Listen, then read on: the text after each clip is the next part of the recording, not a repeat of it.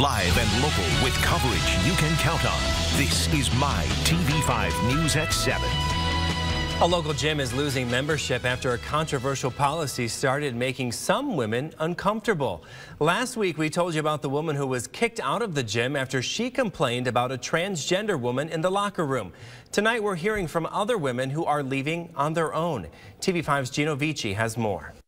Since our story aired, we've been contacted by more than a dozen women who say they will cancel their membership because of this policy. Now, the argument on both sides, with or without the policy, the concern is safety. It is not welcoming to me, and it does create a sense of fear, which is intimidation.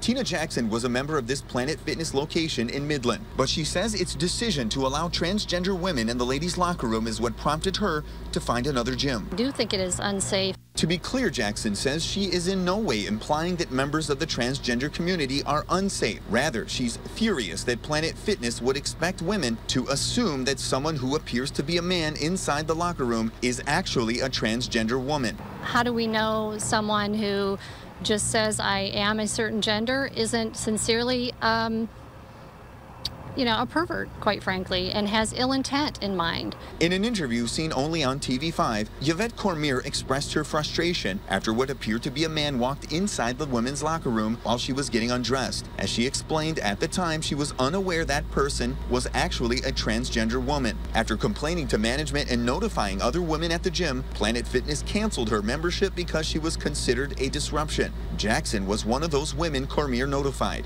Members of the LGBT community, as well as many outside the community, have spoken in support of the woman who walked inside the ladies' locker room. And many have even suggested a solution by proposing that facilities provide additional changing rooms. Jackson insists this is not an attempt to criticize another woman's lifestyle, rather to protect her own safety. Because in my understanding, he's still clearly a man anatomically and hormone-wise, and to have him in the dressing room with me while I'm undressing absolutely is not okay. In an emailed response, Planet Fitness stated it would like to provide a non-intimidating environment for all of its members. As for Jackson, she says she refuses to assume anyone who appears to be a man is actually a transgender woman, which is what she believes Planet Fitness is suggesting, especially because she says other women at the gym have no way of actually knowing if that claim is true. But my husband and I will definitely be canceling our membership. We have just been waiting for the general manager to be in. Today was the first day. Just a few moments ago, Jackson and her husband did cancel their membership here at the Planet Fitness Midland location. We did reach out to Planet Fitness for their response to see what the fallout has been from this controversy. They have not returned our calls. Reporting in Midland, Gino Vici, My TV5 News at 7. All right, Gino, thank you. And this story has garnered reaction from people on both sides of the debate, and we still want to hear from you. Just head to the TV5 Facebook or Twitter pages and sound off. We'll break out the sunscreen and the bathing suits. Well, not quite yet, but it's starting to feel a little like spring across mid-Michigan. I'm joined now by Chief Meteorologist Brian Bachman, and this is just the beginning, right? It really is. You know, we kind of started to turn the corner over the weekend. We got into the middle, upper 30s, plenty of sun yesterday. Yeah. I think some areas did touch 40, and then we just charged ahead and didn't look back after today. Today was gorgeous. Fantastic start to the work week, and it's only going to get better as the week goes on. Looking at your First Warn 5 Sky Tracker tonight, skies remain basically clear across really the entirety of mid-Michigan. We did have a couple kind of hanging tight across parts of the Saginaw Bay and some of the immediate lakeshore areas there, but those have since really kind of evaporated, and that will be the trend for the duration of the evening. And if that's not enough, well, hey, take a look back off to the west. Not much going on over the northern plains.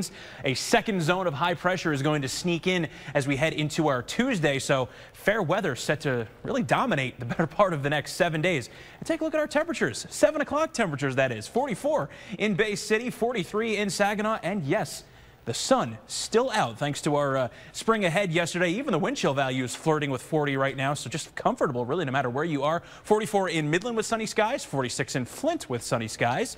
And we'll keep the sunshine around for at least about the next half hour or so, staying mostly clear through and after midnight. And temperatures by 1 a.m. only just getting to the freezing mark then, so a comfortably cool evening ahead. You're really going to like what we have in store for the 7-day forecast. That's coming up a little bit later. Brian, thank you. With the snow and ice melting away, chances are you're starting to see more and more potholes. And depending on what happens in Lansing, it could get a lot worse before it gets better. TV5's Faith Gantner reports. This is making me upset. They're enough to make any driver cringe, and as mid-Michigan thaws out, new potholes are popping up. Here we go again. A lot of potholes. Drivers say they've got to keep a close watch on the roads to try to avoid thumping into one of these craters. It's really, really bad getting potholes over the side of the roads. They've been doing a pretty good job of filling them, but usually after they get big enough to hurt the car, I guess.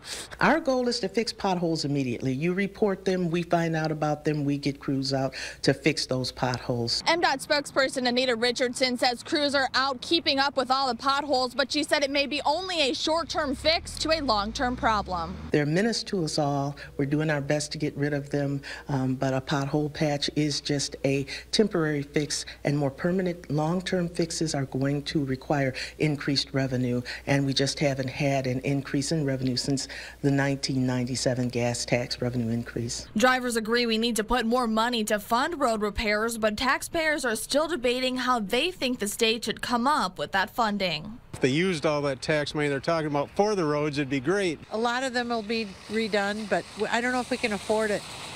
Well, I tell you what we can't afford, that's a 7% sales tax. 4 years ago, the roads were never this bad. Reporting from Saginaw County, Faith Gantner, My TV5 News at 7. And the ballot proposal that would give a major boost to MDOT is a complex piece of legislation, and we want you, the voter, to be as informed as possible. That's why on March 18th, TV5 and WSGW will host a town hall-style meeting on the campus of SVSU. The event is free and will give you the opportunity to ask experts your questions. Now, if you can't attend, we will be airing the 1-hour special on our sister station, which is this station, actually, My 5.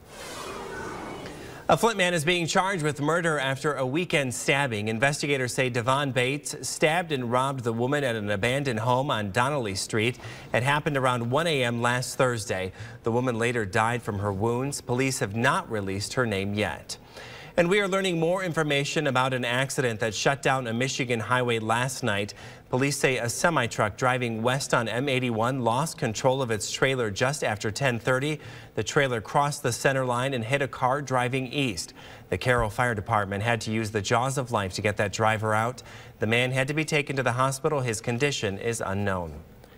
Last week, a jury found Saginaw native Joel Wilson guilty of operating a Ponzi scheme. This week, some of his victims are learning more about their options.